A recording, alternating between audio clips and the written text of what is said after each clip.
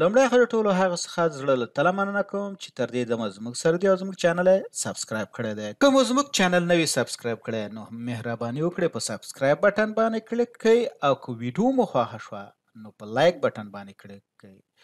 د نور سره د شریکولو لپاره په شیر بټن باندې کلیک کړئ او د خپل نظر د وړاندې کولو لپاره یا تبصرې کولو لپاره د کمنټس په برخه کې خپل نظر یا پوښتنه زموږ سره شریکه کړئ. د انګلیسي ژبې زده کړې لپاره موږ په پښتو ژبه بېلابېل ریزونیز پروګرامونه جوړ کړي دي او دې چینل ته مو په ټکزاس کې د پوهې یا پرمټ د ازموینې پوښتنې او ځوابونه. یو شپېتمه پوښتنه: کله چې تاسو په آزاده لاره یا فریوی کې موټر چلوئ او ګورئ چې یو موټر د ننوتلو رم څخه ستاسو لاین ته ننوځي، تاسو باید خپل موټر ته سرعت ورکړئ او ورڅخه تیر شئ. خپل د موټر هرنډ وکړئ چې تر څو ننوتونکی موټر پوه شي چې تاسو هلته یاست. لاینونه بدل کړئ یا سرعت مو راکم کړئ او هغه موټر ته ځای ورکړئ. سم ځواب دی لاینونه بدل کړئ یا سرعت مو راکم کړئ او هغه موټر ته ځای جوړ کړئ یا ځای ورکړئ. راځو ځواب وضاحت: آزاد لارې یا فریوی ته د ننوتونکي موټر لپاره ځای جوړ کړئ. هر کله چې امکان ولري لاینونه بدل کړئ او یا موټر سرعت مو راکم کړئ تر څو هغه کسان ته اجازه ورکړئ چې په اسانۍ سره او په خوندي ډول تاسو سره په فریوی یا آزاده لاره کې یو ځای شي. راځو 22مې پوښتنې ته. په ټکزاس کې د موټر چلوونکی باید خپل مخکیني څراغونه وکاروي. د لمر د لوېدو څخه 30 دقیقې وروسته او د لمر د پورته کېدو څخه 30 دقیقې مخکې. په جریان د ورځې کې کله چې هوا پاکه وي. کله چې ستاسو موټر تخنیکی ستونزې لري. سم ځواب دی د لمر د لوېدو څخه 30 دقیقې مخکې او د لمر د پورته کېدو څخه 30 دقیقې مخکې او د لمر د لوېدو څخه 30 دقیقې وروسته او د لمر تر پورته کېدو 30 دقیقې مخکې. راځو ځواب وضاحت: د شپې په کم سرعت کې موټر چلوئ تر څو ډاډ ترلاسه کړئ چې تاسو کولی شئ خپل موټر په هغه ساحه کې په مکمل ډول سره ودرولی شئ چې ستاسو د موټر مخکیني څراغونو په مرسته روښانه شوي وي. تاسو باید خپل د موټر مخکیني څراغونه د لمر لوېدو څخه 30 دقیقې وروسته او د لمر تر پورته کېدو 30 دقیقې مخکې روښانه کړئ یا ولګوئ. راځو 63مې پوښتنې ته. د دې لپاره چې په سمه توګه د دایروي یا حلقوي څلورلارې څخه په سمه توګه کار واخلئ تاسو باید د حلقوي یا دایروي څلورلارې په منځ کې ودرېږئ. د لارې حق هغه موټر ته ورکړئ چې د مخه په دایروي یا حلقوي څلورلارې کې دي. د لارې حق هغه موټر ته ورکړئ چې دایروي یا حلقوي څلورلارې ته ننوځي. سم ځواب دی د لارې حق هغه موټر ته ورکړئ چې د مخه په دایروي یا حلقوي څلورلارې کې دي. راځو ځواب وضاحت: دایروي یا حلقوي څلورلارې معمولا ترافیکي سیګنالونه یا څراغونه نه لري. موټر چلوونکی باید د مخکې له دې چې څلورلارې ته ننوځي د لارې حق هغه موټر ته ورکړي چې د مخه په دایروي یا حلقوي څلورلارې کې دي.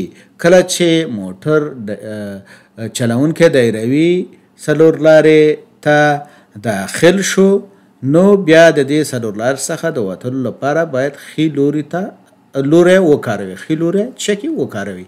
حلقوي یا دایروي څلورلارې ته په انګلیسي باندې راوند اباوټ وایي. راوند اباوټ مثال که چېرته راوند اباوټ راغلی نو تاسو باید په دې باندې پوه شئ چې د همدغه دایروي یا حلقوي څلورلارې د هغې د څه وایي راوند اباوټ.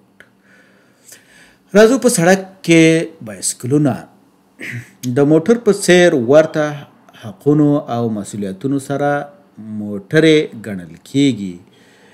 باید تل موټر ته د لارې حق ورکړي. باید د سړک ځانګړي مقررات تعقیب نه کړي. سم ځواب دی د موټرو په څیر ورته حقونو او مسؤلیتونو سره موټر ګڼل کیږي. یعنی کم حق او حقوق چې موټر لري همدا شان حق او حقوق دا هم لري او همدې بایسکل چلونکی دا هم همدا حق او حقوق لري. همدا شان باید دا قانونه هم چکي تعقیب کړي. راځو ځواب وضاحت ته. په سړک کې د بایسکلونه موټرې ګڼل کیږي او د موټرو په څیر ورته حقونه او مسؤلیتونه لري. د موټر چلونکی باید د بایسکل چلونکي حقونو ته درناوی وکړي.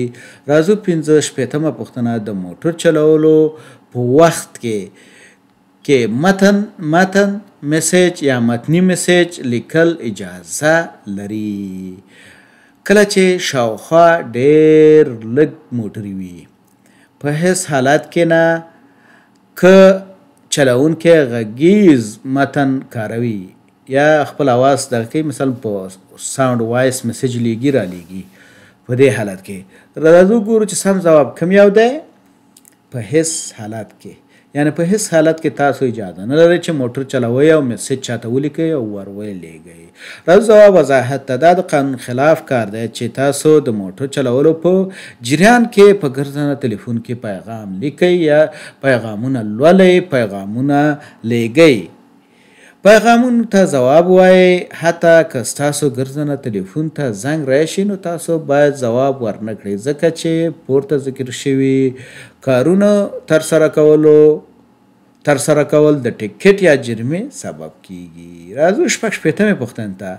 که یو شین ترافیکي تیراک په یو قوي شنه رڼا لرونکي څراغ بدل شي، تاسو کیدای شي بیا هم وګرځئ، مګر تاسو باید راتلونکي ترافیکو ته د لارې حق ورکړئ. کیدای شي نور ونه ګرځئ او باید مستقیم پر مخ لاړ شئ، بیا هم د ګرځېدو حق لرئ. سم ځواب دی کیدای شي بیا هم وګرځئ، مګر تاسو باید راتلونکي ترافیکو ته د لارې حق ورکړئ. راځو ځواب وضاحت ته. که یو شین ترافیکي تیراک په یو قوي شین رنګ رڼا لرونکي څراغ بدل شي، تاسو بیا هم هغه لور ته ګرځېدلی شئ، خو تاسو باید لومړی د لارې حق راتلونکو موټرو ته، بایسکل او پیاده تلونکو ته ورکړئ او وروسته کله چې ستاسو لپاره خوندي وي هغه لوري ته وګرځئ یا تاو شئ. 68مه پوښتنه. کله چې په شین څراغ کې ښي لور ته ګرځئ، تاسو باید موټر چلولو نورمال سرعت وساتئ، ودرېږئ او نږدې د پولیسو موټر ته وګورئ. لومړی د لارې حق پیاده تلونکو ته ورکړئ.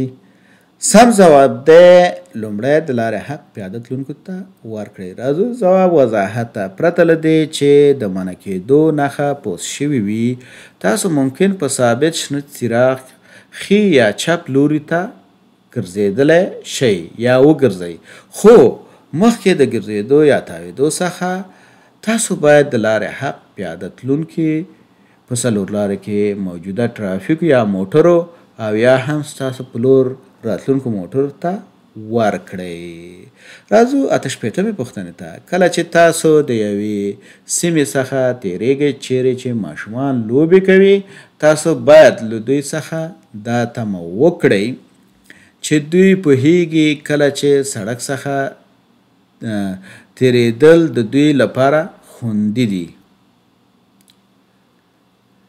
د سړک څخه تیریدو د مخه په کرب یا سړک غاړه کې ودرېږئ چې ماشوم به پرته له لیدو څخه د سړک منځ ته د موټر مخ ته راشي.